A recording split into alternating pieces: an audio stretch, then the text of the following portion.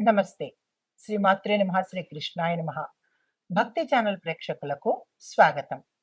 మనకి ప్రతిసారి చెప్పుకుంటూ ఉంటాం, యోగాల గురించి చెప్తూ ఉంటాను. అయితే ఈ యోగాలంటే ఏమిటి? అసలు యోగం అంటే ఏంటి? అంటే గనక యోగము అంటే కలిసి రావడము, అదృష్టము.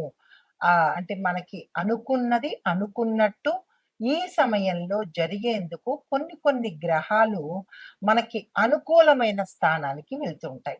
ఆ వెళ్ళే పరిక్రమలో ఇన్నాళ్ళు మనం బాధపడుతుంటాం. మేషాది ద్వాదశ రాశుల వారందరూ కూడా కొన్ని కొన్ని సందర్భాలలో విపరీతమైన బాధలు, కష్టాలు, నష్టాలు ఇలాంటివి అనుభవిస్తూ ఉంటారు.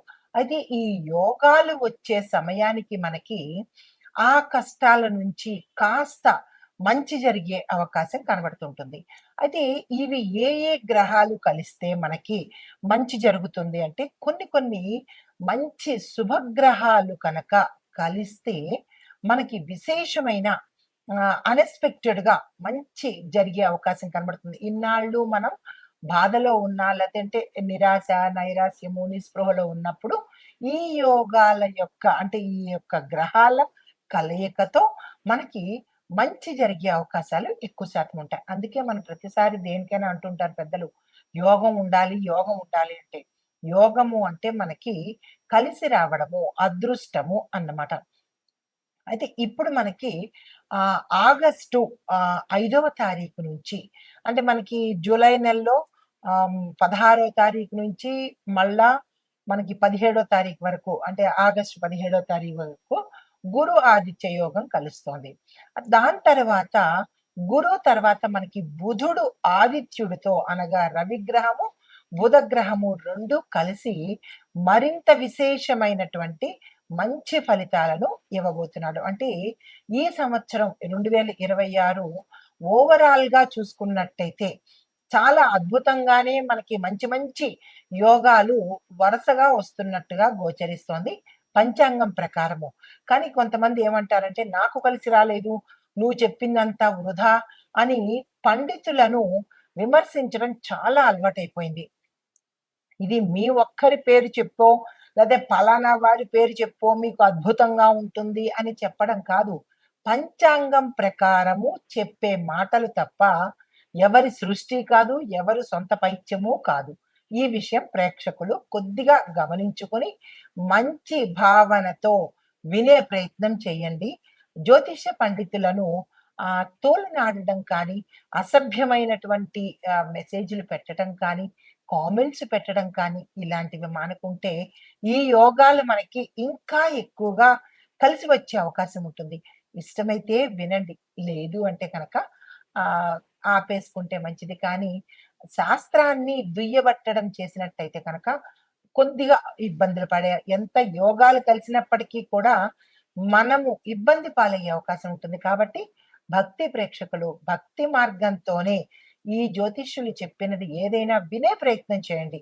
ఆచరించడం మీ ఇష్టము. అయితే మనకి ఆగస్టు 5వ తారీఖు నుంచి మళ్ళా ఆగస్టు 17వ తారీఖు వరకు బుధాదిత్య యోగం అనేది కలిసి వస్తుందనమాట. అంటే ఇందులో బుధుడు, రవి ఈ ఇద్దరూ కూడా మనకి ఒకే రాశిలో సంచారం చేస్తూ మిగిలిన రాశులకందరికీ కూడా వారి వారి యొక్క జన్మ కుండలిలో ఏ స్థానంలో అయితే వీళ్ళు కలుస్తున్నారో ఆ స్థానము అద్భుతంగా ఉండేందుకు జరుగుతుందనమాట. అయితే ఇక్కడ మనం ఏం చేస్తామంటే ఈ యొక్క బుధాదిత్య యోగంలో 12 రాశుల వాళ్ళకి ఏ ఏ రంగంలో ఎలా ఉండబోతోంది అని నేను ప్రతిసారి చెప్పినప్పుడు ఉద్యోగము, వ్యాపారము, రాజకీయము, వ్యవసాయము, వాతావరణము ఇలా ప్రతి ఒక్కళ్ళకి కూడా నేను టచ్ చేస్తూ ఎవరెవరికి ఎలా ఉండబోతోందో అనేది సవివరంగా నేను మీకు తెలియచేసుకుంటున్నాను. అదే పరిక్రమలో ఈసారి బుధాదిత్య యోగంలో 12 రాశుల వాళ్ళకి అందులోనూ విద్యార్థుల దగ్గర నుంచి ప్రతి ఒక్కళ్ళకు, స్త్రీలకు అందరికీ కూడా నేను ఒక్కొక్కటి వివరంగా చెప్తాను. చాలా మందికి పురుషులకేనా జాతకము అని అనుకుంటారు. తప్పు. అంటే మనము జెండర్ లేకుండా చెప్తారు.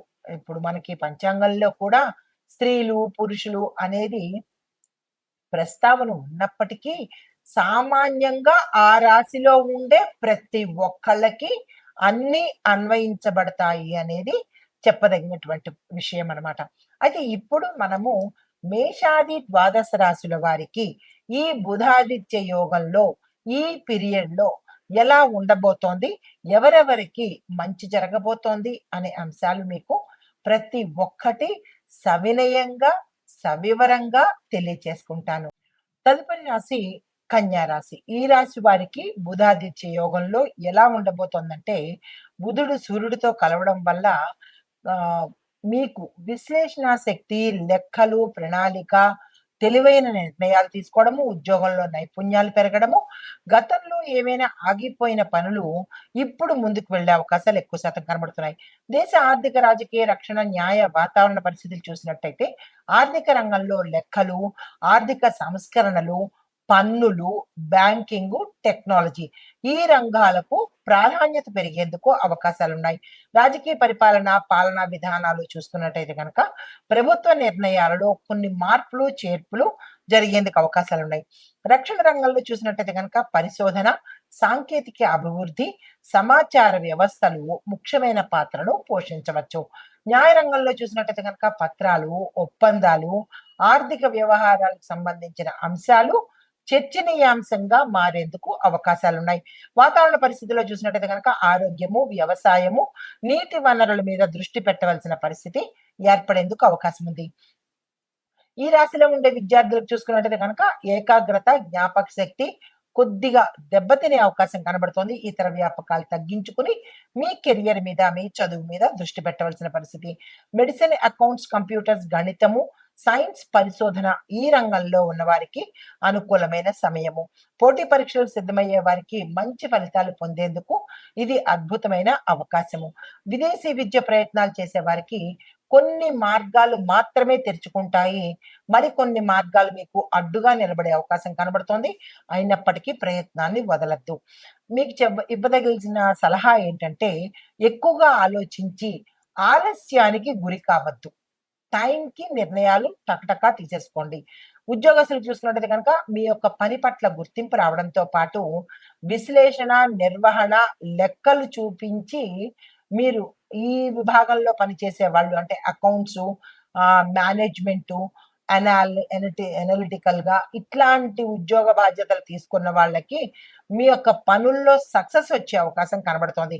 ప్రమోషన్ లేదా కొత్త బాధ్యతలు వచ్చే అవకాశం కూడా గోచరిస్తున్నది. ఉద్యోగంలో మార్పులకు ఇది సమయం. మీరు వేరే ఉద్యోగానికెళ్ళాలనుకుంటే ఈ సమయం అద్భుతంగా ఉంది. వెంటనే మారొచ్చు. ప్రత్యేకమైన అనుకూలమైన రంగాలు ఏమిటంటే banking, accounts, IT, data analysis, medical రంగము, పరిపాలన రంగము. ఈ రంగాలలో కనుక మీరు చేంజ్ అవ్వాలనుకుంటే సమయం మంచిది. చేంజ్ అవ్వచ్చు. వ్యాపారస్తులు చూస్తున్నట్టయితే కనుక మీరు ఒక ప్రణాళికతో ముందుకు వెడితే మంచి విజయాన్ని సాధించడంతో పాటు లాభాలు కూడా వచ్చే అవకాశం ఉంది. ఎలా పడితే అలా గాలివాటుగా కనుక మీ వ్యాపారాలు చేసుకున్నట్టయితే నష్టాలు పోయే అవకాశం ఉంది. కొత్త ఒప్పందాలు, కొత్త కస్టమర్లు కూడా పెరిగేందుకు అవకాశాలున్నాయి. ఆన్‌లైన్ వ్యాపారంలో కన్సల్టింగు, దీంతో పాటు సర్వీస్ రంగాలలో ఉన్నవారికి విశేషమైన అభివృద్ధి కనబడుతోంది. కొత్త మార్గాలు కూడా మీకు గోచరిస్తాయి. ఖర్చులు, లాభాల లెక్కలు మీరు చాలా జాగ్రత్తగా చూసుకోవాలి. అంటే అకౌంట్స్ సంబంధించిన విషయాలు జాగ్రత్తగా మీరే స్వయంగా పరిశీలన చేసుకోండి. ఇక్కడ మీకు చెప్పదగినటువంటి జాగ్రత్త ఏమిటంటే, భాగస్వామ్య వ్యాపారాలు, ఒప్పందాలు చేసుకునేటప్పుడు ఒకరికొకరు కూర్చుని మాట్లాడుకుని ట్రాన్స్‌పరెన్సీగా అంటే న్యాయబద్ధంగా మీరు ఒప్పందాలు చేసుకుంటేనే మంచిది. అయితే కుటుంబపరంగా చూస్తున్నట్టయితే గనక సమస్యలను తెలివిగా మీరు అంటే సామరస్యంగా, తెలివితేటలతో ముందుకెళ్ళాలి తప్ప కోపము, ఆవేశాలతో సమస్యలను తీర్చలేము అన్న దృష్టి పెట్టుకోవాలి. మీ సలహాకు విలువ పెరుగుతుంది. దీంతో పాటు ఇంట్లో శుభకార్యాలకు సంబంధించిన చర్చలు, నిర్ణయాలు తీసుకోవాల్సిన పరిస్థితి. చిన్న చిన్న విషయాలను కూడా ఎక్కువగా లాగడము, విశ్లేషించడము ఇలాంటివి మానుకోండి. భూతద్దంలో చూడడము ఇలాంటివి మానుకొని తొందరగా నిర్ణయాలు తీసేసుకొని ఒక సామరస్య ధోరణిలో ముందుకు వెళ్తేనే మంచి జరిగే అవకాశం ఉంది. అయితే వివాహము, సంతానము ఈ విషయంలో చూసినట్టయితే గనక ఉద్యోగము లేదా పరిచయాల ద్వారా సంబంధాలొస్తాయి. అంటే మీరు చేస్తున్న ఉద్యోగంలో కావచ్చు, మీ ప్రాంతంలో కావచ్చు, లేదా మీ బంధువుల ద్వారా కావచ్చు, సంబంధాలు కుదిరేందుకు అవకాశాలున్నాయి. వివాహ నిర్ణయాలు ఆలోచించి తీసుకోండి. సంబంధం కుదిరింది కదా అని తొందరపడి నిర్ణయాలు తీసుకోకండి. ఆలోచించండి, ఎంక్వైరీలు చేసుకోండి. అప్పుడు ముందుకెళ్ళే ప్రయత్నం చేయండి. వివాహితులకు మీ దాంపత్యంలో కొంచెం ఇబ్బందులు తలెత్తే అవకాశం కనబడుతోంది. పరస్పరం అవగాహనతోనే ముందుకెళ్ళండి. త తెగేదాకా తాడు అన్నట్టుగా తెంపకండి. జాగ్రత్తగా అన్యోన్యంగా ముందుకెళ్ళే ప్రయత్నం చేయండి. సంతానము, విద్య, ఆరోగ్య విషయంలో మంచి నిర్ణయాలు తీసుకోండి. వ్యవసాయ పరంగా చూసుకున్నట్టయితే గనుక ప్రణాళికాబద్ధంగా లెక్కలు పాటించడం వల్ల మీకు లాభాలొచ్చే అవకాశం కనబడుతోంది. విత్తనాలు, ఎరువులు, మార్కెట్ ధరల విషయంలో కొద్దిగా జాగ్రత్త తీసుకోండి. నష్టపోయే అవకాశాలు కనబడుతోంది. ఆధునిక వ్యవసాయ పద్ధతులు మీకు మంచి లాభాన్ని తెచ్చిపెడతాయి. వ్యవసాయ అనుబంధిత వ్యాపారాలు కూడా మీకు చక్కని లాభాన్ని తెచ్చిపెట్టే అవకాశం ఉంది. ప్రభుత్వ, ప్రైవేట్, ఐటీ రంగంలో ఉన్న వారికి పత్రాలు, దరఖాస్తులు, అధికారిక వ్యవహారాలలో పురోగతి అనేది గోచరిస్తున్నది. పరిపాలనా రంగంలో మీకు మంచి అవకాశాలు కూడా వచ్చే అవకాశం కనబడుతోంది. ఇంకా ప్రైవేట్ రంగంలో చూసుకున్నట్టయితే కనుక నైపుణ్యానికి తగినటువంటి గుర్తింపు వచ్చే అవకాశం కనబడుతోంది. జీతంలో పెంపు లేదా కొత్త బాధ్యతలు కూడా వచ్చే అవకాశం కనబడుతోంది. ఐటీ రంగంలో చూసుకున్నట్టయితే కనుక software, data science, AI, cyber security ఈ రంగాల్లో ఉన్న వాళ్లకు అభివృద్ధి గోచరిస్తోంది. మీకు కలిసి వచ్చే కలర్స్ ఆకుపచ్చ, తెలుపు, లేత పసుపు రంగు. కలిసి వచ్చే నెంబర్స్ 5, 6, 3. కలిసి వచ్చే వారాలు బుధవారము, శుక్రవారము, గురువారము. మీకు చెప్పదగినటువంటి పరిహారాలు ప్రతి గురువారము, ప్రతి బుధవారము, ప్రతి ఆదివారము. ఈ 3 వారాలు మీ యొక్క ఈ దశలో కీలకమైనటువంటివి కాబట్టి బుధవారం గణపతి పూజ, గురువారము విష్ణు సంబంధిత ఆరాధన, తరువాత దానాలు, పచ్చి పెసలు, పుస్తకాలు, పెన్నులు, ఆకుపచ్చని వస్త్రాలు, అన్నదానము ఇవి కనుక మీ యథాశక్తి చేసుకున్నట్టయితే మంచి జరిగే అవకాశం కనబడుతోంది. అయితే బుధుడికి సంబంధించిన మంత్రము ఓం బుధాయ నమః, విష్ణు సంబంధించిన మంత్రము ఓం నమో నారాయణాయ, గణపతి మంత్రము ఓం గం గణపతియే నమః. ఈ మంత్రాలు ఆయా వారాల్లో చదువుకుని మీ యొక్క సానుకూల పరిస్థితిని పెంచుకోవచ్చు.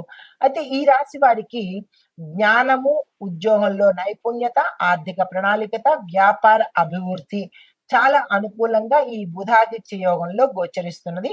దానికి సంబంధించిన అంశాలు క్రమశిక్షణతో కనుక ముందుకు వెళితే మంచిగా ఈ కాలం ఉండేందుకు అవకాశం ఉంది.